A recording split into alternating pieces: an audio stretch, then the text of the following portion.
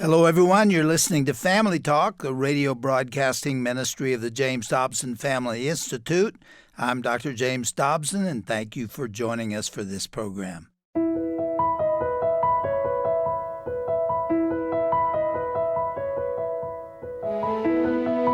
Most of us live constantly in a state of adrenaline arousal. We never know when to come down. Welcome to Dr. James Dobson's Family Talk with your host, best-selling author and psychologist, Dr. James Dobson.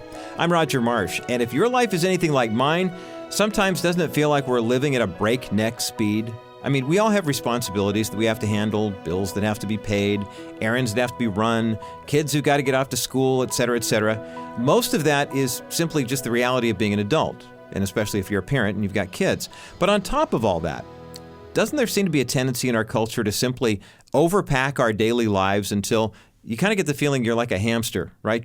On that treadmill, on that spinning wheel, running and running, trying to keep the speed up just so you can maintain the kind of life that you are trying to live. Now, if this sounds like you, if that really strikes a nerve with you, I'm glad you have tuned to the right place today. Today we are going to feature a classic interview with Dr. Dobson and a man who is very qualified to speak on this topic, Dr. Arch Hart. He's a Christian clinical psychologist who is an expert researcher. He's a writer in the area of stress management. He's written a book on this topic called The Hidden Link Between Adrenaline and Stress. He's also the Dean Emeritus and Professor Emeritus of Psychology at Fuller Theological Seminary. So as you can imagine, he's got lots of great practical advice on managing stress. So let's get right to it. Here now is Dr. Dobson's conversation with Dr. Arch Hart on this Family Talk broadcast.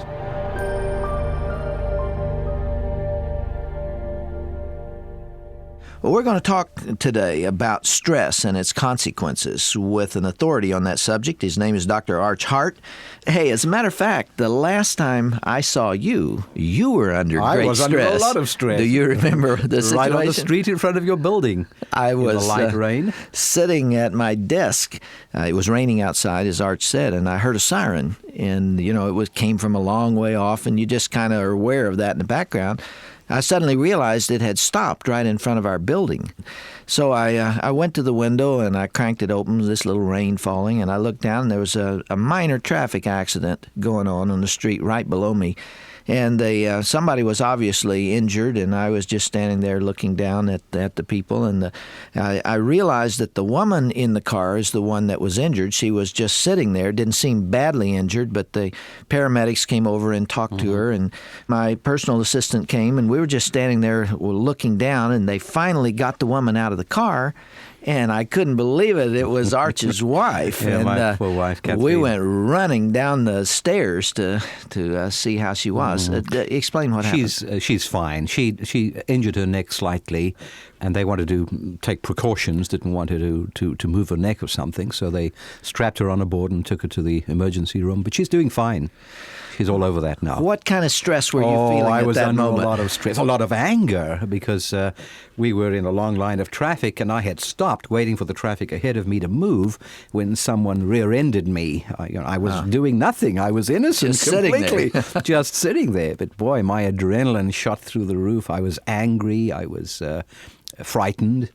And it was a very upsetting time for me, a very stressful time. How can you tell when your adrenaline shoots through the roof? Oh, I know that feeling, that surging, the heart pounds. My hands start to get cold. I can just feel them clamming up. I sweat a little bit, and I get fidgety and edgy. I start to move very rapidly. I speak very fast. All right, let's talk a little bit about that subject. There is a direct relationship between adrenaline, which is a hormone put out by the adrenal glands, and stress. Let's start by defining stress in the context that you're using it. Yeah. In the context I'm using it, of course, I'm defining stress as anything that puts your body into a fight or flight response. It's a very fundamental approach, but whenever the body is alarmed, alerted, mobilized, aroused to the point where it has to protect you, that puts you into a state of stress. That's not necessarily bad, is it? It's not necessarily bad. Most of us live in that state of arousal or that state of emergency all day. The one type of person, we refer to them as the type A person, that person who's very driven and very highly motivated, very competitive. That person lives in the state of emergency all the time. It's a constant state of existence. Does wear out systems. That's the person who will get ulcers, who will develop heart disease, and who will die a premature death. The type A personality. The type A personality. I read someplace in your materials that one physician said he rarely sees anyone who dies of old age. Yeah, that was Hans Selye, who after performing, he's the grandfather of all stress, after performing thousands of autopsies, he was convinced no one in our day and age died of old age. People wore out some part of their system before they died of old age. Dying of old age implies that every part of the body would uniformly age and wear away. But most of us wear out certain parts of the body ahead of everything else. All right, let's go a little further in defining the difference between the system as it's supposed to function and the way it functions when it malfunctions. Mm-hmm. Where you have a flow of adrenaline in a healthy sense is that emergency situation, maybe not life and death, but where you need a little extra juice, where you need to turn up the heat a little bit. If you're in an interview situation like this, some additional adrenaline ought to be flowing. That's correct, yes. And that's why I introduced the concept of adrenaline management. I think that good stress management should help us to manage our adrenaline. And managing it means that when I need it, when I have an emergency situation, when I have a deadline that's got to be met, when the kid is ill and has to be rushed to the hospital, in those situations where I need my adrenaline, I should know how to let it go. I give it its head. I let it surge and flow. Good adrenaline management, though, also knows when to conserve that adrenaline. So if I've been in a state of high demand, such as preparing for and doing this broadcast, I should allow myself afterwards to come down off that adrenaline. Most of us live constantly in a state of adrenaline arousal. We never know when to come down. Arch, in trying to evaluate ourselves and coming to an understanding of our own physiology, how can we tell? You indicated that you know when you're in that alarm reaction state. How can others know that? Yeah, this is a very important thrust in the book, because I think that most of us will, if we were to be assessed very carefully, would not be able to tell when we are in a state of stress. For most of us, adrenaline arousal feels good. So we see that. We feel so good when our adrenaline is up that we interpret that as a good state to be in. Yeah. We don't see it as stress. We call it being up. We call it being up. And most of us, when we get up in the morning, we feel lousy. We may have our few cups of coffee. We may jog or do some exercise to get up so we can feel good. In other words, we don't feel good unless our adrenaline is up. Now, with the adrenaline being up, it can be super up. That we know. That's the accident, the mugger confronting you. Your heart pounds. It's very easy to tell that your adrenaline is surging there. The dangerous time is the lower level, the ordinary rumdrum routine everyday existence. Knowing whether your adrenaline is up under those conditions or not, that is very, very critical. And I suggest in the book a number of ways we can do that. Some fascinating ways. Tell us. The most interesting one, I think, has been the development in recent years of ways in which we can measure our skin temperature. The temperature of our hands. Typically, when we have an adrenaline arousal, our hands start to get cold. Maybe they only drop 1 or 2 degrees, or perhaps they may drop as much as 10 or 15 degrees. Right now, as I sit here in front of this microphone, I'm aware of the fact that my hands are about 20 degrees colder than they usually are. You know, mine are too. When you have cold hands, that means the blood is being redirected to the brain. The blood is being withdrawn from the hands and shunted elsewhere for the emergency response. You see, the fight or flight response, either to the brain to get ideas going quickly or action-oriented, to the muscles, to the heart so it can pump faster, to the stomach so it can digest the food faster. So the blood is needed elsewhere during the emergency. And so the blood is withdrawn from the hands. I should hasten to add, though, that there are a few individuals who have a congenital problem here. They are, ever since they were born, their hands have typically been cold. I would hardly say that these people are constantly under stress. Women are more likely Women to are be more that way, likely yeah. to, and surprisingly also, or perhaps not surprisingly, it is very common with the cold hands phenomenon for women to experience migraine headaches, and for these migraine headaches to be experienced typically just before the period. Mm-hmm. And it's a very common and sometimes a very uncomfortable period for women. And the more they have been under stress through the month, the more likely they are to experience the migraine headache just before their period and that cold hands phenomenon. Following your analogy there's too much blood being redirected into the brain? Too much blood, engorgement is taking place not only in the brain but also in the important critical parts of female physiology involved with reproduction, you see. And there's too much blood there, and consequently they experience the discomfort that follows. You started to explain the new developments. Yes. In fact, we all have them on our hands at this moment. A temperature-sensitive dot has been manufactured in recent years and is available from a number of different companies.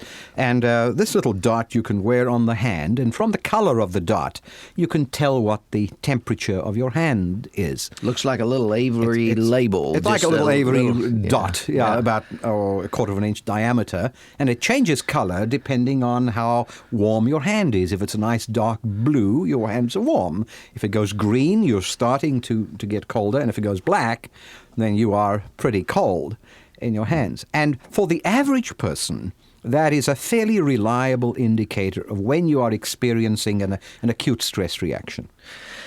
Now, we put this on my hand, all of us did actually, in my office, and my dot was green when we began talking about 45 minutes ago, and we were just sitting there chatting. It is now fully black. Right, which is I'm obviously that your adrenaline is yeah. up, which as it should be. Now is the time you need your adrenaline. So we would not label this as a negative stress. We'd see it as a positive stress. You're experiencing arousal because a task has to be performed, and this is appropriate. Now, distress, which is the damaging side of stress, occurs when we are in this state of arousal all the time. Yeah. If we don't allow it to come down, if there's no relief for that system, then there is then you're likely to begin to develop the symptoms of distress. Generally speaking, the person with perpetually warm hands can be thought of as a person who is handling stress fairly well.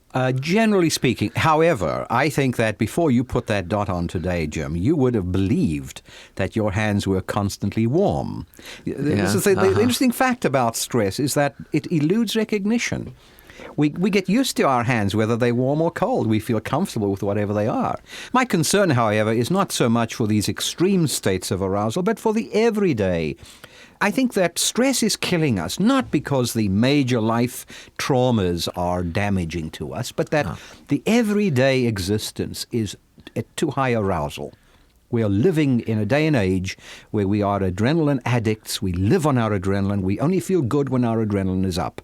And that is not how we were designed. That's not what God intended for us. Jesus did not live his life that way, did he? The whole life of Jesus was a life of unhurriedness.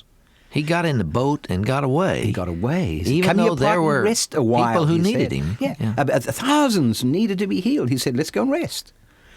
He modeled a life of unhurriedness. And if there's one characteristic that this so-called type A person has that is very damaging, it is the sense of urgency, time urgency. I've got to do it now. Now. That's the sense of time urgency. And I believe very, very strongly. And you see, I'm that way, Jim. I'm a type A person. Yeah, I'm afraid I am too. And unfortunately, most people who accomplish anything in life are type A people. You think most people in the Western world live too hectic a pace? Absolutely. And live on this adrenaline. They're almost addicted to it. They are addicted to it, and I'm addicted to it, and I'm very aware of it.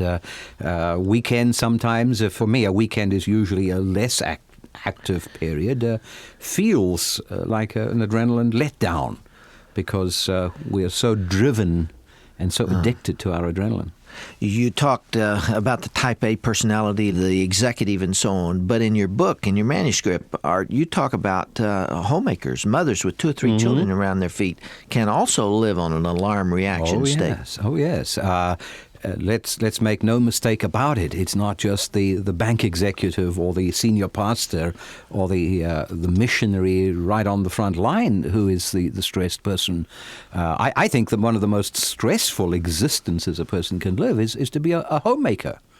Or a single mother, perhaps. Or perhaps a single mother. But those sorts of responsibilities are, the reason they can be more damaging is because they're constantly there. There's no let up. In a business situation, or even the pastor, sure, he or she will get into the pulpit on a Sunday morning and preach the sermon, but then it's over for a while. There is some relief. Whereas the homemaker, the single mother, some of those people are constantly never get away from it. Being stressed. Talk about stress and disease, Arch. What is that relationship? Well, I think that there is abundant evidence now that stress, constant, low-grade, persistent stress, reduces our ability to fight off disease. The immune system becomes depleted. Our white blood cells, all the components that fight disease are reduced from this constant bombardment of stress. And that makes us more prone to sickness and more prone to the more serious forms of sickness. Including heart disease. Including heart disease. There's some reason to believe that prolonged stress is related to cholesterol levels in our body. Well, I think that we have overinterpreted the involvement of cholesterol. There's a missing ingredient that has been overlooked. And this is a major thrust of my book, is to point out that controlling cholesterol through diet, through exercise, and many other ways is only one side of that coin. There is another side, and that other side is controlling your adrenaline. Everyone I know who has died from a heart attack has enjoyed the experience right to the last minute. Overworking themselves. They are thriving on their arousal. And the evidence is clear that cholesterol can be controlled through diet only to a maximum of about 10%. Only 10% of our cholesterol comes from our diet. The rest comes from the body. And the higher you are aroused in your adrenaline, the higher is your level of cholesterol. That evidence is abundant now. I believe so. No. And I have worked clinically with a number of men who have had heart attacks and then had open heart surgery.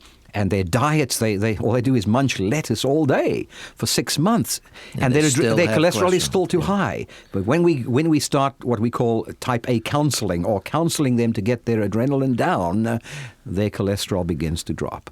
So in my opinion, and the research evidence is to support that high levels of adrenaline is what pushes the cholesterol up. There's an important link between the two, which is why the type A person is 3 times more likely to get heart disease than the other type, the more relaxed person. Art, you said in your book, again, that the greatest sources of stress are not the life-threatening things, as you mentioned before, a burglar puts a gun in your back, but they're the minor hassles of everyday living. Explain that. Well, it is having an ongoing conflict with the neighbor. Or a mother-in-law. Let me illustrate from my own personal life. We have neighbors at the back who recently acquired a dog, which then the dog, makes a lot of noise, typically 1 o'clock in the morning, and there must be at least half an hour before the owners wake up and go and take care of the dog. But for me, that sort of hassle, lying there 1 o'clock in the morning, steaming, or, wondering why don't they take care of the dog, is much more stress-producing than when I get to the office and have a very difficult or a threatened suicide, a patient who's threatened suicide or something like that. It's minor, and that it doesn't get our attention. We don't always pay attention to it, but it's there, raising our adrenaline and keeping us in a state of arousal. Having a green light change on you at the last minute, and you've got to sit there driving when on you're the freeway in a hurry. to work every morning. If you have an hour's drive on a freeway every morning to work, you're under a lot of stress. Which is why it's in those minor life situations you have to learn to control your adrenaline. And that's where the stress dots can come in handy. You just look down at it and you see the color. The value of the stress dot is to simply alert you to what situations are threatening. Now, if you know that driving on the freeway every day is stressful for you because you get angry, the type A person is always in a hurry, doesn't like delays, frustration is anger producing, then you can sit back and relax, pray a prayer of contentment at that moment, ask God's peace to come over, move over to the slow lane of the freeway, use the time to commune with God, get your thoughts off the bad drivers around you. That will bring your stress down. Can you change? Can you change? I have changed, Jim. So I think that if I can change, anybody can change. And yet many Christians don't change when they come to the Lord. That doesn't automatically turn you into a laid-back, easy-going kind of guy. Our evangelical world is even more adrenally dependent. We are committed to the Great Commission, and obviously that means work for most of us. But somehow in all of that, we have lost sight of the importance of being able to rest in Christ. Christ is our Sabbath rest, and we must learn to not usurp His work. We had Marilee Pierce Dunker here in the studio. She is the daughter of Bob Pierce, who started World Vision. Of course, he's deceased now, but she described how he got into the difficulties that he faced. He burned himself out very, very early in life. And I remember she said that it was his belief that it was his obligation before God to give 100% of his effort, 100% of the time. And he was on the road 9 or 10 months out of the year, and he just felt like God was obligated to take care of his little family at home, and that he was obligated to go solve the problems of the world.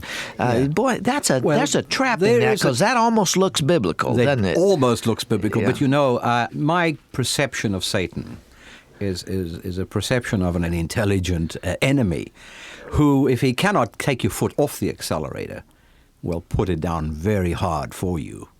And if he can't stop you, he'll race you to an early demise. And either way, he's going to make you ineffective sooner or later.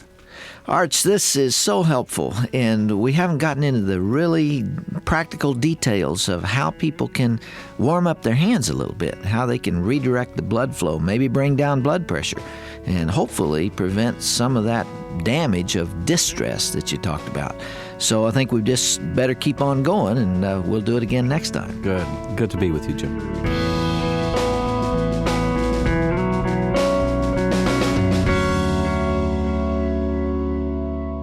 It's really incredible. Even though this program with Dr. Arch Hart and Dr. James Dobson was recorded some time ago, listening to the content of their discussion right now makes it clear that what Dr. Hart had to share back then has never been more timely today. If we want to save our families and maybe even our own lives, we've got to learn how to balance the stresses of life and the demands of adult responsibilities with God's command for us to find rest and peace in Him. Now, if you want to learn more, you can find a link to Dr. Hart's book on our website. It's drjamesdobson.org. Again, the title of Dr. Archibald Hart's book is The Hidden Link Between Adrenaline and Stress. As you just heard, Dr. Hart has much more to say about this topic, so be sure to tune in next time for part 2 of this message. And if you can't join us on your favorite local radio station, remember you can always listen online, or you can download the broadcast at drjamesdobson.org. In the meantime, I encourage you to think about who in your life might benefit from this message, whether a family member, maybe a close friend, or a colleague. You can download a copy on our website, as I mentioned, drjamesdobson.org, or ask about how you can get an audio CD when you call us at 877-732-6825. While you're on the line, thanks for keeping in mind that we are a listener-supported broadcast outreach. Your donations will help us to continue to be a primary resource for families in the years to come. Again, our number is 877-732-6825, or you can give a gift online at drjamesdobson.org. Thanks so much for listening, and we'll see you right back here again tomorrow for part 2 of our conversation with Dr. Arch Hart. That's on Dr. James Dobson's Family Talk.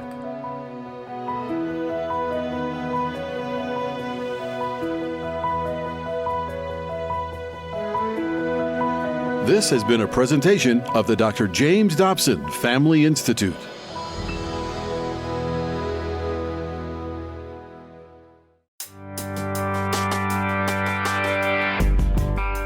This is Dr. Tim Clinton, Executive Director of the James Dobson Family Institute. Thanks for listening today. We hope you found this program helpful and encouraging. Please remember that our ministry is here to serve you and your family. For more information about our programs and resources, or to learn how you can support us, go to drjamesdobson.org. That's drjamesdobson.org, or call us toll-free, 877-732-6825. I pray that God will bless you in 2020. We're so grateful for your partnership. We ask you to stand with us and to continue to defend the Christian values in an ever-changing culture. Thanks again for joining us. We hope you'll join us again on the next edition of Dr. James Dobson's Family Talk.